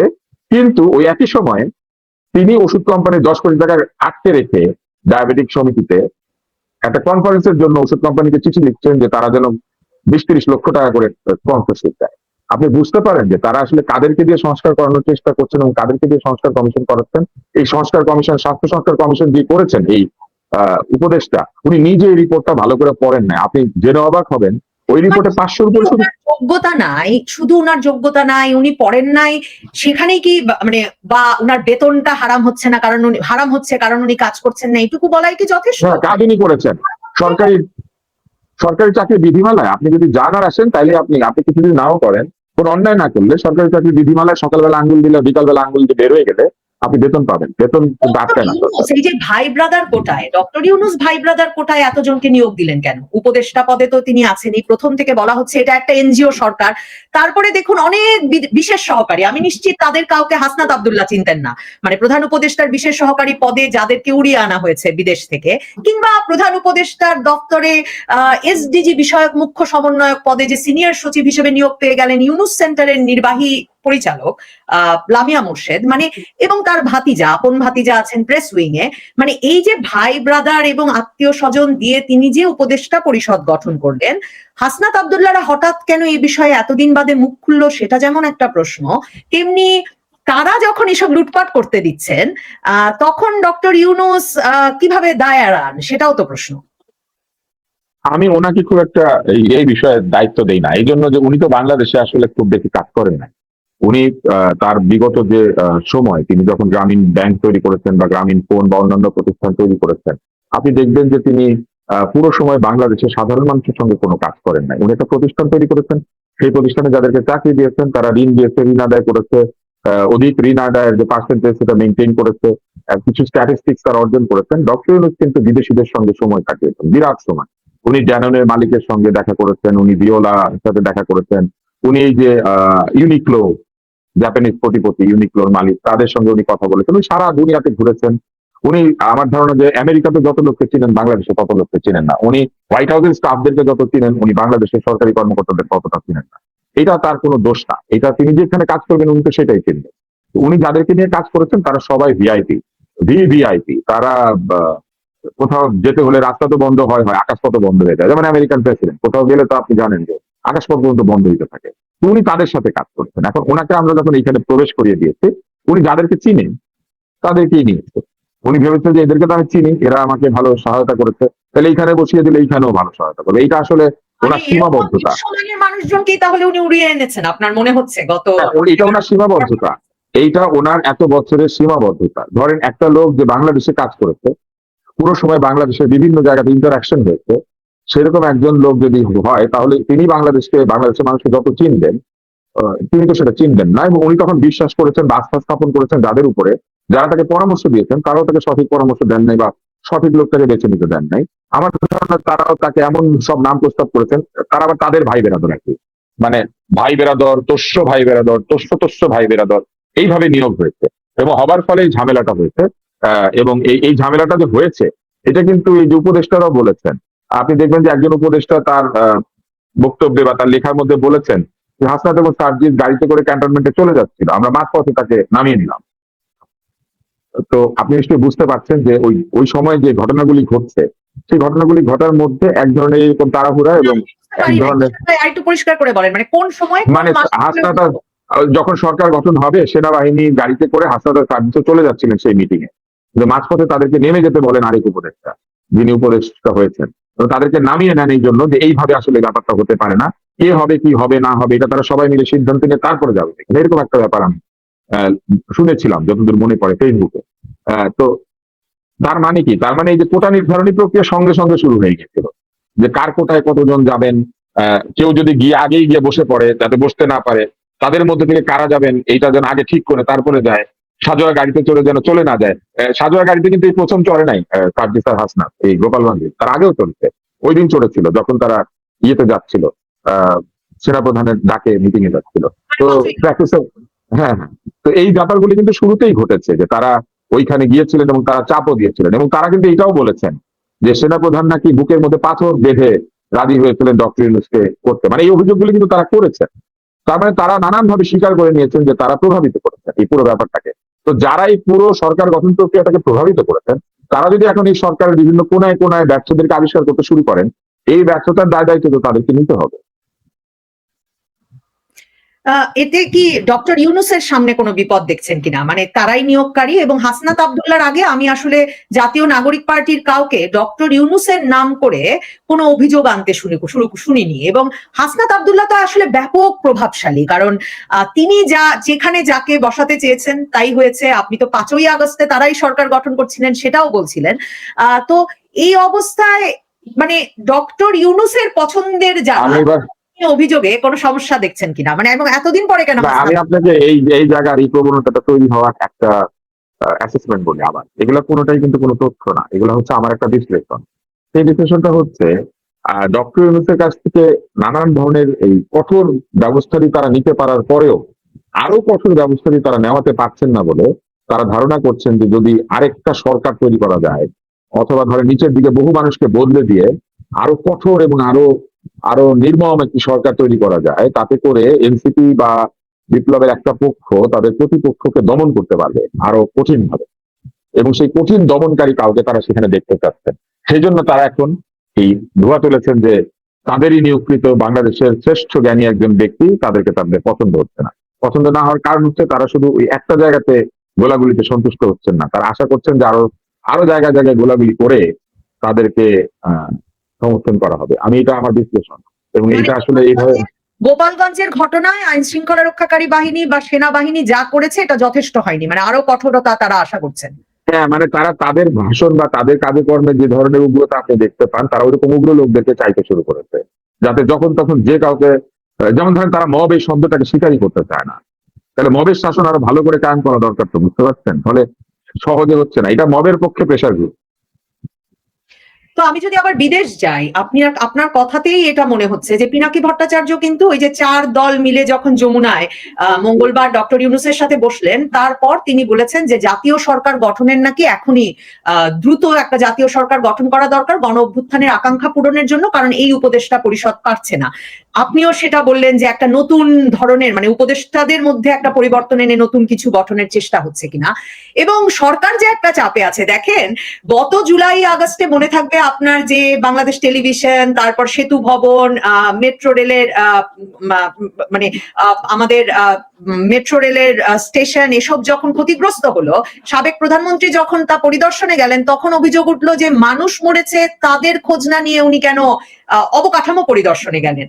এখন আমাদের দুজন উপদেষ্টা সৈয়দা রিজওয়ানা হাসান আর ফাউজুল কবির খান দেখলাম গোপালগঞ্জ গেছেন এনসিপির যে মঞ্চ ভেঙে দেওয়া হয়েছে সেই মঞ্চ দেখতে। মানে উপদেষ্টারা তো তার মানে চাকরি রক্ষায় ভীষণ চাপে আছেন। মানে আপনার অ্যানালিসিস আমার খুব ঠিক মনে হচ্ছে তুষার ভাই। তারা নানান ধরনের চাপে আছেন, কারণ এই চাপটা তারা তৈরি করেছেন। এটা কেমন চাপ আমি আপনাকে একটু বুঝিয়ে বলি। একদল উপজাতি আছে আফ্রিকাতে, তারা গলার মধ্যে রিং পরে। রিং পড়তে পড়তে পড়তে পড়তে এমন অবস্থা হয় যে তাদের গলাটা একদম জিরাফের মতো লম্বা হয়ে যায়। তো ওনারা এই গত বছর থেকে এই পর্যন্ত নানান রিং পড়তে শুরু করেছেন। এই রিং পড়তে পড়তে তাদের এখন অবস্থা ওই লম্বা গলা হয়ে গিয়েছে। তারা এখন আর এটাকে নিয়ন্ত্রণ করতে পারছেন না। হয় তাদেরকে মেনে নিতে হবে, নয় তাদেরকে চলে যেতে হবে। এরকম একটা পরিস্থিতি তৈরি করার লক্ষ্যে অনেকেই কাজ করছে, এবং তারা যেহেতু আইনের মধ্যে না থেকে আবেগের মধ্যে থাকার চেষ্টা করেছেন, এই আবেগ কখনোই একটা অন্তর্বর্তী সরকারের জন্য ভালো কিছু এনে দিবে না। কারণ অন্তর্বর্তী সরকারের তো রাজনীতি নাই, অন্তর্বর্তী সরকারের তো কোনো চেতনা রাখার ব্যাপার নেই, অন্তর্বর্তী সরকার তো ইলেকশনে দাঁড়াবে না, অন্তর্বর্তী সরকারকে তো ভোট নিয়ে ফেরত আসতে হবে, আবার সেই চাপও নাই। ফলে অন্তর্বর্তী সরকারকে খুবই লজিক্যাল, খুবই নিউট্রাল এবং খুবই ফেয়ার জাজমেন্ট পলিসির মধ্যে থাকতে হয়। কিন্তু তারা শুরুর থেকে নিউট্রালও না, ফেয়ারও না এবং লজিক্যালও না, এবং এই ইলজিক্যাল কাজকর্মের কারণে তারা আজকে এই সমস্যাগুলো ফেস করছেন। যেমন ধরেন তারা বিভিন্ন সময় ব্যক্তি আক্রমণে নিজেদেরকে নিয়োজিত করেছেন। ব্যক্তিকে আক্রমণ করার কিছু নাই, ব্যক্তি অপরাধী, আপনি অপরাধের বিচার করবেন।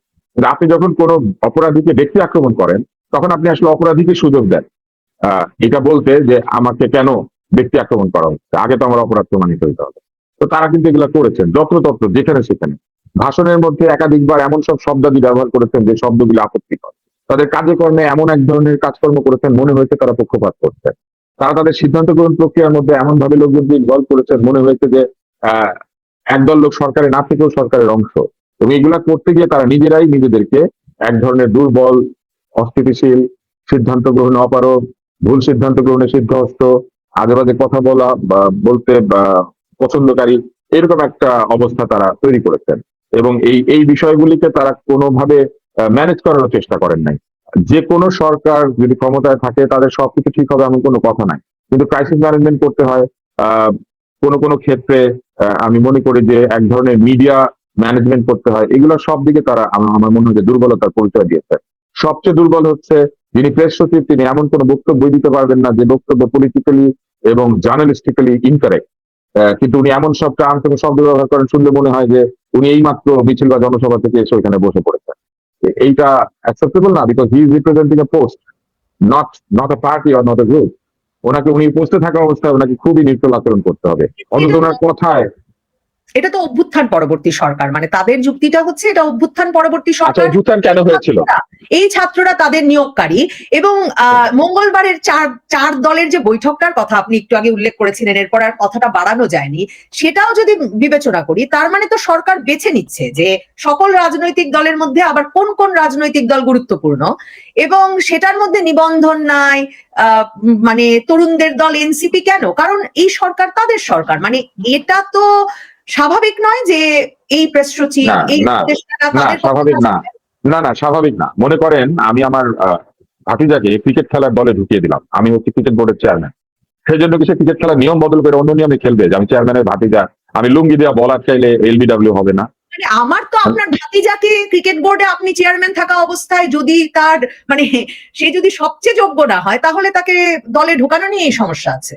হ্যাঁ, তো প্রথমে আপনি ভাতিজাকে ঢুকিয়ে দিয়েছেন, তারপরে যদি ভাতিজা এরকম আচরণ করে যে আমি লুঙ্গি দিয়ে বল ঠেকাবো এবং এটা এলবিডব্লিউ না, কিন্তু লুঙ্গিতে লেগেছে, ক্রিকেট খেলায় লুঙ্গি দিয়ে বল আটকালে কোনো নিয়ম নাই আইনে, তো এটা তো পারবে না। সেই রকম ঠিক একইভাবে যখন আপনি একটা পোস্টে বসে পড়েছেন, আপনি ভাতিজাকে ঢুকিয়ে দিল, আপনি ক্রিকেট খেলার আইন তো বদলাতে পারবেন না। তো এরকম পোস্টের যে ফেয়ারনেস, সেই ফেয়ারনেস আপনাকে মেনটেন করতে হবে। এটা একটা প্রোটোকল। এএফপি তে চাকরি করলে আপনি এএফপির যে প্রোটোকল মেনটেন করতে হবে। আপনি যখন সরকারে বসে আছেন তখন আপনি এমন বক্তব্য দিতে পারবেন না যেটা শুনলে মনে হয় আপনি একটা বিশেষ পক্ষের হয়ে কথা বলছেন। আপনাকে ফেয়ার জাজমেন্ট পলিসিতে থাকতে হবে, ফেয়ারনেসে থাকতে হবে। আপনি যখন বিশ্বকাপে ফুটবল খেলতে যান তখনও কিন্তু এই ফেয়ার প্লের জন্য আলাদা ট্রফি, চ্যাম্পিয়ন হয় এক লোক, আর 80টা গোল খেয়ে ফেয়ার প্লের জন্য আরেক টিম পুরস্কার পায়। এই ফেয়ার প্লে ইজ ম্যান্ডেটরি, সবাইকে ফেয়ার প্লে করতে হবে। তো ফেয়ার প্লে যদি না করতে পারে কোনো সরকার, তাহলে কিন্তু এই সরকার সবার আস্থাই হারাবে। কারণ যখন আপনি একজনের পক্ষ নেন, তখন বাকি সবাই আপনাকে মনে করবে যে আপনি আসলে তাদের থেকে দূরবর্তী, আপনি আসলে যে কোনো সময় যে কারো পক্ষ নিতে পারেন। তুষার ভাই, বিএনপি বারবার ডক্টর ইউনূসের পক্ষ নিচ্ছে, বারবার, মানে ওই মে মাসের শেষে যখন এই জরুরি অবস্থা চলে এলো, ওই জরুরি অবস্থা চলে এলো, বিএনপি গিয়ে পাশে দাঁড়ালো। বিএনপি এই সূত্রে ডিসেম্বর থেকে ফেব্রুয়ারি, ফেব্রুয়ারি থেকে এখন কখন নির্বাচন জানে না, সবই মেনে নিল বারবার। মেনে নেয় নাই, আপনি এটা বললেন না। ওরা ফেব্রুয়ারিতে নির্বাচন ধরে বসে আছে, কারণ ওদের সঙ্গে ওরা মিটিং করেছে। বিএনপির সাথে ইউনূস সাহেব মিটিং করেছে লন্ডনে গিয়ে, আপনি যে শহরে থাকেন, এবং উনি ওখানে গিয়ে বলেছেন ফেব্রুয়ারিতে হবে, তো ওরা মেনে নিয়েছে। ফেব্রুয়ারি না আসা পর্যন্ত তো ওরা বলতে পারছে না যে ফেব্রুয়ারিতে নির্বাচন হয় নাই বা হবে না। কিন্তু নির্বাচন কমিশনার, প্রধান নির্বাচন কমিশনার বলেছেন যে তার কাছে এখন পর্যন্ত কোনো নির্দেশনা আসে নাই যে ফেব্রুয়ারিতে নির্বাচন করতে হবে। কিন্তু আমার পেশার সচিব বলেছেন যে ডিসেম্বরের মধ্যে প্রস্তুত হতে নির্দেশ দিয়ে দেওয়া হচ্ছে। কাজে এই মানে তখন আবার এই নির্বাচন কমিশনার বলেছে ওনাকে 2 মাস টাইম দিলে উনি নির্বাচন করতে পারেন। এটাই তো প্রবলেম, ওরা এক একদিন এক এক কথা বলে। একবার বলে 2 মাসের মধ্যে পারবো, আবার বলে আমারে বলে নাই, আবার পেশার সচিব বলে যে আমি বলে দিয়েছি, আবার বলে ফেব্রুয়ারিতে হবে। মানে ওনারা কিন্তু এরকম। তো বিএনপি বরাবর একটা সমর্থন দিয়ে এসেছে, কিন্তু মানে আমরা দেখেছিলাম যে সরকারের সঙ্গে তার একটা মানে তর্ক বা একটা বিরোধের সম্পর্ক হয়ে যাচ্ছে, নির্বাচন মানে দ্রুত নির্বাচন নাকি অপেক্ষা করে নির্বাচন, এই নিয়ে এই জায়গা থেকে বিএনপি কিন্তু বরাবর সমর্থন দিচ্ছে। কিন্তু বিএনপি কে সম্প্রতি আমরা দেখলাম যে মানে যে ধরনের ভাষায় আক্রমণ করা হলো, কিংবা ধরুন এই যে 4 দলের মধ্যে যে ডক্টর ইউনূস বৈঠক করলেন যমুনায়, যে সেখানে দেখুন জামায়াতে ইসলামী, ইসলামী আন্দোলন বাংলাদেশ এবং এনসিপি তারা কিন্তু এক মঞ্চে উঠে দুটো সমাবেশ করেছে, এবং জামায়াতে ইসলামী আর ইসলামী আন্দোলন বাংলাদেশ তো নির্বাচনী জোটেরই কথা বলছে। তার মানে এই 4 দলের 3 দল একদিকে, বিএনপি একা, এবং বিএনপিও ডক্টর ইউনূসকে সমর্থন দিচ্ছে, কিন্তু বিএনপির পাশে কেউ আছে কিনা এটা আমি জানি না, আমি তো বিএনপির সাথে ওইভাবে ঘনিষ্ঠ না। তবে বিএনপি যে সমর্থন দিয়েছে সরকারকে তা না। আমি এখন যে কথাটা বলবো এটা আপনার পছন্দ না হতে পারে। আওয়ামী লীগ নিজেই সরকারকে সমর্থন দিয়েছে। আমি একটা কথা বলি, মানে আপনি বিএনপির সঙ্গে তেমন জড়িত না, কিন্তু বিএনপি সম্প্রতি একটা তরুণদের সমাবেশ করলো, সেখানে আমাকে দাওয়াত দিয়েছে, কিন্তু শহীদুল আলমকেও দাওয়াত দিয়েছে, আরো 12 জনকে দাওয়াত দিয়েছিল। আমার বক্তৃতাটা খুব মানুষ পছন্দ করেছে, সেই জন্য সবাই এমন একটা ভাব করলো যে আমি একাই বক্তৃতা দিয়েছি। ওখানে কিন্তু 12 জনকে তারা দাওয়াত দিয়েছিল, এবং যাদেরকে দাওয়াত দিয়েছে তারা কেউই সরাসরি বিএনপির সাথে রাজনীতিতে সরাসরি যুক্ত না। হ্যাঁ, এবং আমি তো কোনোদিনই আসলে আমি বহু বছর ধরে কোনো রাজনৈতিক দলের সাথে সংশ্লিষ্ট না। আমি 92 সালের পর থেকে এমনকি ছাত্র রাজনীতির সাথে যুক্ত ছিলাম না।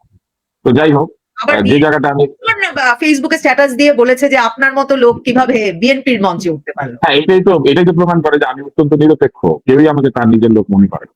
তো আমি যেখানে ছিলাম, আমি আসলে আপনার কথার কারণে খেই হারিয়ে ফেলেছি। আমরা কোন জায়গায় ছিলাম? বিএনপি আসলে একা হয়ে পড়ছে কিনা?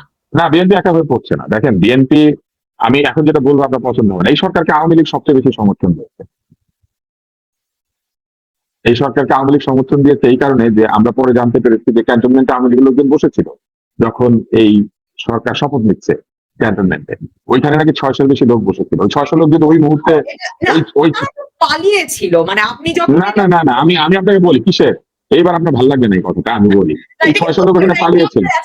না, শোনেন না, আমি তো সবই অ্যাসেসমেন্ট বলছি। ওই 600 লোক যদি ওই দিন ওইখানে বেরোয় এসে খালি একটুখানি চেহারা দেখাতো, একটু মিছিল করতো, তাও আমরা বুঝতাম। তারপরে দেখেন গত 1 বছরে আওয়ামী লীগ কিছু করেছে এই সরকারের বিরুদ্ধে? কিছুই করে না। ফেসবুকে কতগুলো আদল তাদল কথাবার্তা লিখেছে, ফেসবুকে কতগুলো পোস্টিং দিয়েছে, ফেসবুকে এসে তাদের যেসব নেতাদের কিন্তু অনেক অভিযোগ, তারা চেহারা দেখিয়েছে। যেমন একজন হচ্ছে নানক, তারপরে একজন হচ্ছেন ওই যে সমরেজাল করিম, কচুরিপানা মাথায় দিয়ে পালিয়ে যাওয়ার গল্প করেছে, এইগুলা করেছে। হ্যাঁ, তো আপনি যদি দেখেন এই সরকারকে সবচেয়ে বেশি সমর্থন করেছে আওয়ামী লীগ। আওয়ামী লীগের কোনো ধরনের কোনো প্রক্রিয়া নাই, কোনো মিডিয়া ম্যানেজমেন্ট নাই, কিচ্ছু নাই। আওয়ামী লীগ তো সবচেয়ে বেশি সমর্থন করেছে এই সরকারকে, বিএনপির চেয়ে কম। মানে বিএনপি এর চেয়ে কম। বিএনপি কি করেছে? বিএনপি নির্বাচন চায়, কারণ বিএনপি নির্বাচন ছাড়া তো ক্ষমতা যাওয়ার কোনো উপায় নাই, এবং সবচেয়ে বড় প্রতিদ্বন্দ্বী তো বিএনপির আওয়ামী লীগের ছিল। ফলে আওয়ামী লীগ যেহেতু এই মুহূর্তে নাই, বিএনপির জন্য ক্ষমতায় যাওয়ার, রাষ্ট্র পরিচালনা করার জন্য একটা বড় সুযোগ এসেছে। এবং বিএনপির এই সুযোগটা এসেছে যে এই সময়ে বিএনপি নিজেকেও একটু পরিবর্তিত করার একটা সুযোগ পেয়েছে। তাদের যে পরিবর্তিত অবস্থান মানুষের সামনে, সেটা দেখানোর সুযোগ পেয়েছে। বিএনপি তার দীর্ঘদিনের মিত্র, যাদেরকে আমরা অতীতে দেখেছি, জামাতে ইসলাম, তাদের সঙ্গে তাদের একটা দূরত্ব তৈরি হচ্ছে। ফলে বিএনপি এই মুহূর্তে অনেকগুলি চ্যালেঞ্জে ফেস করছে। তারা একদিকে তাদের বিরুদ্ধে এনসিপি, জামাত এবং অন্যরা বক্তৃতা দিচ্ছেন, তাদেরকে নানান ধরনের অভিযুক্ত করছেন। সরকার তাদের প্রতি বৃহৎ দল হিসেবে যতখানি সদয় বা যতখানি সমীহ করা দরকার সেটা করছেন না। বাচ্চা ছেলেরা তাদের গুম হয়ে যাওয়া নেতাকে নিয়ে আজে বাজে কথা বলছেন, এমনকি চাঁদাবাজি নিয়ে তাদের যে চেয়ারপারসন তাকে উল্লেখ করে স্লোগান দিচ্ছেন। তো বিএনপি তো আসলে একাধিক প্রতিদ্বন্দ্বিতা ফেস করতে পারে। বিএনপি চায় নির্বাচন হোক, এবং নির্বাচন যে কোনো মূল্যে নির্বাচন হোক, এটা আসলে বিএনপি চায়, আমি যেটা বুঝি। এবং সেই কারণেই বিএনপি যথেষ্ট শক্তি থাকা সত্ত্বেও, যথেষ্ট এরকম ঘেরাও করে ফেলার শক্তি থাকা সত্ত্বেও বিএনপি কিন্তু এটা করে না। এখন লোকে মনে করে যে এটা হয়তো তাদের দুর্বলতা, কিন্তু আপনি যদি ওই কথা চিন্তা করেন তাহলে আন্দোলনের সময় তো তাদের দুর্বলতা টের পাওয়া যায় না, কিন্তু এরপরও কোথাও টের পাওয়া যায় না। শুধু এই সময় এসে আমার কাছে মনে হচ্ছে যে তারা চান একটা পিসফুল ট্রানজিশন অফ পাওয়ার হোক, কোন তৃতীয় চতুর্থ পক্ষ এটা কোনো সুযোগ নিতে না পারুক, এবং তারা যেন অন্তত কিছুদিনের জন্য, এটা 5 বছর হোক, 10 বছর হোক, বা যে কয়দিন হোক, তারা যেন দেশ পরিচালনার একটা দায়িত্ব পান। সেই জন্য তারা অত্যন্ত ধৈর্য ধরে তারা এই সরকারকে নানান কর্মকাণ্ডকে আর কি চুপ করে মেনে যাচ্ছেন, কারণ ফেব্রুয়ারিতে ইলেকশন হবে এটা তারা ধারণা করে। মানে আপনি বলছেন যে আওয়ামী লীগ মানে কিছু করতে পারেনি গত 11 মাসে, কিন্তু ডক্টর ইউনূস এখন পর্যন্ত কোনো সাক্ষাৎকার দেন নাই যেখানে আমি বলেছি আওয়ামী লীগ সবচেয়ে বেশি এই সরকারকে সমর্থন করেছে, এবং তাদের এই সমর্থনের প্রক্রিয়ার একটা অংশ হচ্ছে তারা কিছু করে নাই। তো যদি বিএনপি কিছু করে নাই এটা বিএনপির দুর্বলতা হয়, তাহলে আওয়ামী লীগ কিছু করে নাই আওয়ামী লীগের দুর্বলতা। কিন্তু এত গ্রেফতার, এবং ধরুন তাদের তো পতন হয়েছে, বড় ধরনের পতন, এবং তাদের নেতৃত্ব পলাতক, এই অবস্থায় ডক্টর ইউনূস বলছেন যে অস্থিতিশীল করছে তারা। এই পালিয়ে যাওয়াটাই তো সবচেয়ে বড় সমর্থন। এবং আপনি বলুন তো যে ধরুন এই যে ভয়াবহ বিমান দুর্ঘটনার ঘটনা ঘটলো সোমবার, মঙ্গলবার আমরা দেখলাম যে 4 দলকে নিয়ে ডক্টর ইউনূস যমুনায় বৈঠক শেষে বললেন যে মানে তার সেই বৈঠকের আউটকাম হচ্ছে যে সকল রাজনৈতিক দল ফ্যাসিবাদের বিরুদ্ধে ঐক্যবদ্ধ থাকবে।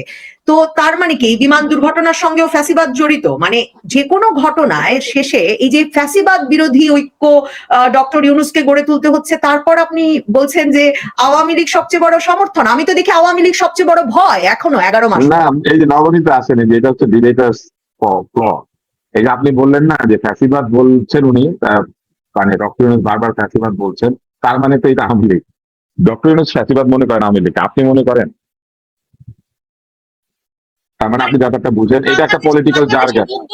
বাংলাদেশে 90 এর পরে যারা মানে এরশাদ, বাংলাদেশে এখন ফ্যাসিবাদ মানে আওয়ামী লীগ।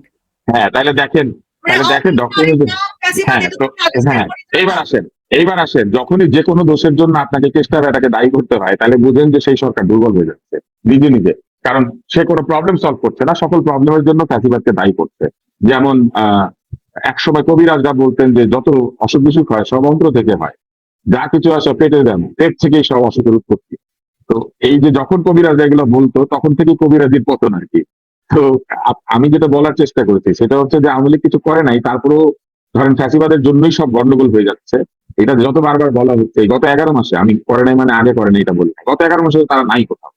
তারপরেও যখন তারা এত মানে লাখতে চাটতে পারে বলে লোকজন মনে করছেন একদিকে, আরেকদিকে তারা নিজেরা কোনো লাখতে চাটতে পারছেন না, মানে যে নড়ে চড়ে না তাকে আবার আরেক দল নড়াচড়ার কথা বলছেন। দুই পক্ষে আসলে অত্যন্ত দুর্বল হয়ে গিয়েছে। আওয়ামী লীগ এই দুর্বলতাকে সমর্থন করছে, এই দুর্বলরা আওয়ামী লীগের নাম দিয়ে পার পেয়ে যাচ্ছে। শেষ করব, শেষ প্রশ্ন, দ্রুত একটা নির্বাচনের মানে হওয়ার কোনো সম্ভাবনা দেখেন কিনা? এই সরকারের কাঠামো বদলে যাবে এমন একটা ভবিষ্যৎবাণীও আপনি করেছেন।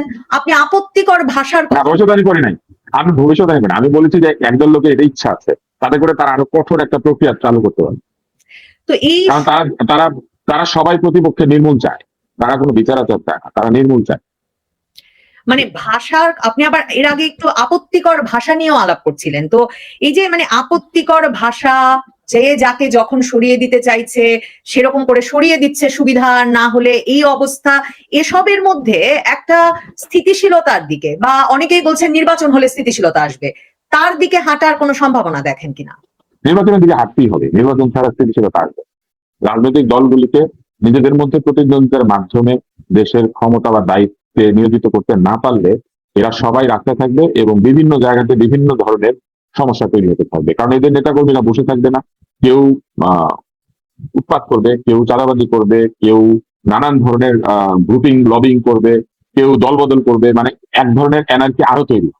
নির্বাচন দিয়ে দিলে যেটা ঘটবে, আমরা গিয়ে বলতে পারবো যে অমুক অমুক দোষী, অমুক দায়ী, এবং তাদেরকে আমরা এটাও বলতে পারবো যে আপনাদেরকে ভোট দিয়েছি, আপনারা ফ্যাসিবাদের এত দায়ী করেন কেন? পারলে ফ্যাসিবাদকে ধরেন, কিন্তু আমরা এদেরকে কিছুই বলতে পারি না যারা এখন আছেন, কারণ তারা কোনো কিছুর দায়ী নিজেরা ঘাড়ে নেন না, তারা সবকিছুর দায় ফ্যাসিবাদকে দিয়ে দেন। আর আমি শুধু আপনাকে একটা দুর্বলতার কথা বলি, এই যে 11 মাসে একটা ভালো বক্তৃতা দিয়েছে তো আওয়ামী লীগ, আপনি একটা বক্তৃতা বলেন তো, আওয়ামী লীগের অমুক একটা এমন কথা বলেছে মানে মানুষ শুনেছে, বলেন তো।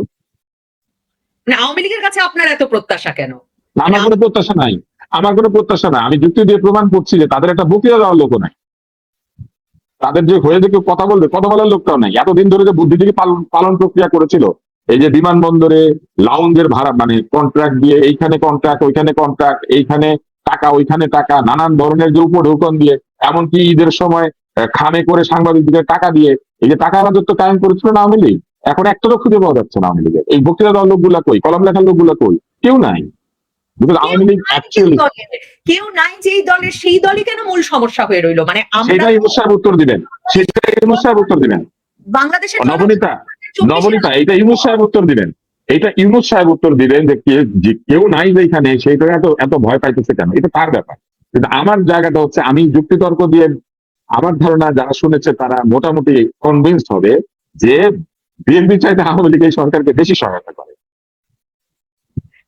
এই তর্ক তুলে রাখি, আশা করি একটা, তুষার ভাই, একদম একটা আড্ডার অনুভূতি। শোনে, বঙ্গবন্ধু যখন জেলখানায় ছিল, বঙ্গবন্ধু যখন জেলখানায় ছিল তখন মাঝে মাঝে যেতে আসতো এই ঢাকা মেডিকেলে এসে ভর্তি অসুস্থ হয়ে, তুমি জানলা দিয়ে একটা চিরকুট ফেলা দিত। আওয়ামী লীগের এতগুলো নেতা ভর্তি আছে জেলখানায়, একটা চিরকুট দেখছেন আপনি কারোর কাছ থেকে? গুড ফর নাথিং, এগুলোকে নেতা বানানো হয়েছিল এবং এগুলো এখন ওখানে বসে আছে। আওয়ামী লীগ সবচেয়ে বেশি হেল্প করতে চাই। আহ, উম, আপনি বলেন একটা চিরকুট পাইছেন, একটা ভালো চিরকুট পাইছেন? মানে কড়া প্রহরার মধ্যে চিরকুট আমরা আর এরশাদ পর্যন্ত এরশাদ পর্যন্ত চিরকুট পাঠাবে, এরশাদ পর্যন্ত চিরকুট পাঠাবে। ও কড়া প্রহরা এত কড়া হয়ে গেছে, আগে ছিল না, এই এরা পারতেছে এত কড়া, তার আগে তো চিরকুট পাঠাতে পারে। They have no politician in the party. মানে তুষার ভাই একটা আড্ডার মতো হলো, আমি জানি না দর্শক একে সাক্ষাৎকার মনে করবেন কিনা, মানে এক রকমের মানে কথার পিঠে কথা বললাম আমরা। মানে আমার ধারণা আপনি অনেক অ্যাসেসমেন্ট দিলেন। আসসালামু আলাইকুম প্রিয় দর্শক, আশা করি পুরো ভিডিওটি দেখেছেন এবং বুঝতে পেরেছেন। অত্যন্ত গুরুত্বপূর্ণ আলোচনা করা হলো বর্তমান বাংলাদেশের যে পরিস্থিতি, সেই পরিস্থিতি নিয়ে আলোচনা সমালোচনা করা হলো। আপনারা জানেন যে বাংলাদেশের যে অবস্থা, সেই অবস্থা একটি দুর্বিষহ সময় পার করছে এবং অবস্থা খুবই বেগতি, এবং যে কোনো সময় ডক্টর ইউনূস পদত্যাগের সিদ্ধান্ত জানাতে পারেন, উপদেষ্টারা আর পদত্যাগের সিদ্ধান্ত জানাতে পারেন। কারণ বাংলাদেশে বিমান দুর্ঘটনা, সর্বশেষ যে ঘটনাটি ঘটলো, এবং সারা বাংলাদেশ তাদের চোখের পানি আসলে ধরে রাখতে পারেনি এই ঘটনায়। প্রিয় দর্শক, এই যে একটি অস্থিতিশীল পরিবেশ, অস্থিতিশীল অবস্থা, এই অবস্থা নিয়ে আলোচনা সমালোচনা করা হলো। আপনারা কি মনে করছেন, ডক্টর মোহাম্মদ ইউনূস ক্ষমতায় থাকতে পারবেন কিনা, বা অনেকেই চাচ্ছে যে আওয়ামী লীগ ফিরে আসুক, আবার আপনাদের সেক্ষেত্রে মতামত কি অবশ্যই কমেন্টে জানাবেন। সবাই ভালো থাকবেন, সুস্থ থাকবেন। ভিডিওটি শেষ করছি। আসসালামু আলাইকুম।